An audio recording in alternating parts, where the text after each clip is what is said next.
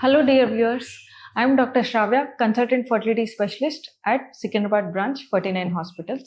So ఇవాళ మనం video ద్వారా అసలు గర్భసంచి క్లీనింగ్ అంటే ఏంటి, ఈ గర్భసంచి క్లీనింగ్ అనేది ఎవరు చేయించుకోవాలి, అసలు ఈ పద్ధతి చేయించుకోవటం వల్ల మీకు ప్రెగ్నెన్సీ ఛాన్సెస్ అనేది ఇంప్రూవ్ అవుతాయా, సంతానలేమి సమస్య తొలగిపోయే అవకాశం ఉందా అనే దాని గురించి తెలుసుకుందాం.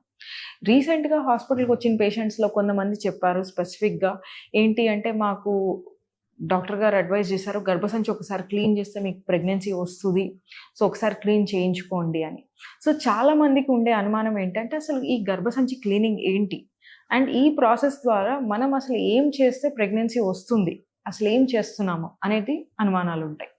సో మనం ఈ ప్రాసెస్ గురించి అసలు డిస్కస్ చేద్దాం. సో ఈ గర్భసంచి క్లీనింగ్ ఆర్ యూట్రైన్ క్యూరటాజ్ అంటారు.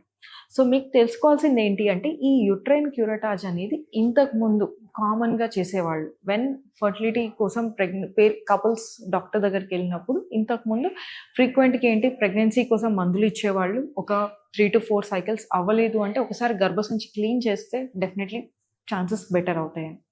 బట్ మనం తెలుసుకోవాల్సింది ఏంటి అంటే, ఈ ఫర్టిలిటీ సంతానలేమి సమస్య అనేది మనం ప్రతి ఒక్కరికి గర్భసంచి క్లీనింగ్ అనేది అవసరం ఉండదు, ఆర్ ఎండోమెట్రియల్ క్యూరటాజ్. ఇది ఎవరికి అవసరం అనేది ఫస్ట్ మీరు తెలుసుకోవాలి. ఎవరికైతే మనం ప్రెగ్నెన్సీ రావట్లేదు, సంతానలేమి సమస్య ఉందో వాళ్ళకి ఫస్ట్ కారణం ఏంటో చూస్తాం.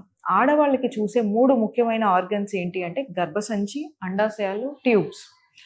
లెట్స్ సే మీకు ట్యూబ్స్ ఎలా ఉన్నాయో ఇప్పటివరకు ఒకసారి కూడా టెస్టింగ్ కాలేదనుకోండి, మీరు ట్యూబల్ టెస్టింగ్ చేయించుకుంటే డెఫినెట్లీ మీకు ప్రెగ్నెన్సీ నిలిచే ఛాన్సెస్ బెటర్ ఉంటాయి. ఎందుకు, ట్యూబ్స్ ఓపెన్ ఉందా లేదా అనేది మనకు తెలుస్తుంది.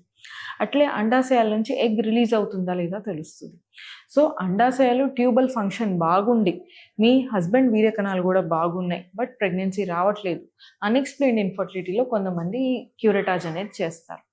బట్ ఈ క్యూరటాజ్ అనేది ఇప్పుడు current literature or current evidence ప్రకారం రెగ్యులర్గా చేయించుకోవాల్సిన అవసరం లేదు. సో మనం తెలుసుకోవాల్సింది ఏంటి అంటే, ఈ డిఎన్సి ఆర్ గర్భసంచి క్లీనింగ్ అనేది ఎప్పుడు అవసరం పడుద్ది అంటే, మీకు గర్భసంచిలో లోపలి పొర ఎండోమెట్రియం లేయర్ అనేది బాగా థిక్ మందంగా ఉండి, లేదా పాలిప్స్ ఉంటాయి. ఈ ఎండోమెట్రియం పొర నుంచి చిన్న కణితిలాగా వస్తాయి, వీటిని ఎండోమెట్రియల్ పాలిప్స్ అంటారు. ఈ ఎండోమెట్రియల్ పాలిప్స్ ఒక 8 to 10 mm పైన, అంటే 1 centimeter పైన ఉన్నా, లేదా ఇంప్లాంటేషన్ పాయింట్ అంటాం, అంటే బేబీ అతుక్కునే ప్లేస్, సో అక్కడ ఉన్నా కూడా డెఫినెట్లీ మీకు ప్రెగ్నెన్సీ నిలవడానికి ప్రాబ్లం అవుతుంది. సో అప్పుడు మనం క్యూరటాజ్ చేయటము లేదా హిస్ట్రోస్కోపీ. ఇప్పుడు క్యూరటాజ్ బదులు దానికి అడ్వాన్స్డ్ టెక్నిక్ ఏంటంటే హిస్ట్రోస్కోపీ. ఈ నార్మల్ క్యూరటాజ్ ఏంటి అంటే బ్లైండ్ ప్రొసీజర్, మనం జస్ట్ ఒక చిన్న క్యూరెట్ అనే ఇన్స్ట్రుమెంట్ పెట్టి స్కాన్ గైడెన్స్లో క్లీన్ చేస్తాం. బట్ హిస్ట్రోస్కోపీ అంటే ఒక పెన్ సైజ్ టెలిస్కోప్ని వెనక కెమెరా అటాచ్డ్ ఉంటుంది, లోపలికి ఇన్సర్ట్ చేసి ఆ విజువలైజేషన్ని మనం స్క్రీన్ మీద చూస్తాం, మానిటర్ మీద.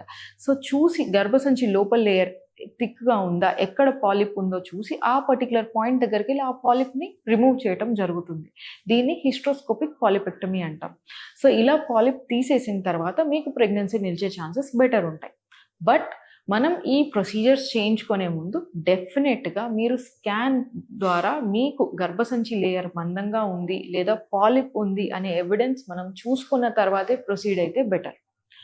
సో ఈ గర్భసంచి క్లీనింగ్ ఆర్ డిఎన్సి అనేది రెగ్యులర్గా రొటీన్గా అందరూ చేయించుకోవాల్సిన అవసరం లేదు. దానికి ఉన్న ఏకైక ఇండికేషన్ ఏంటంటే థిక్ ఎండోమెట్రియం లేదా మీకు ఎండోమెట్రియల్ పాలిప్స్ ఉంటాయి. సో ఈ పాలిప్స్ అనేది కూడా ఎలా తెలుసుకోగలుగుతాం, దానికి తెలుసుకోవడానికి ఒకటి స్కాన్. మనం నార్మల్ వెజినల్ స్కాన్ చేస్తాం కదా, అల్ట్రాసౌండ్, అలా చేస్తే తెలుస్తుంది. రెండవది 3D స్కాన్ చేయొచ్చు.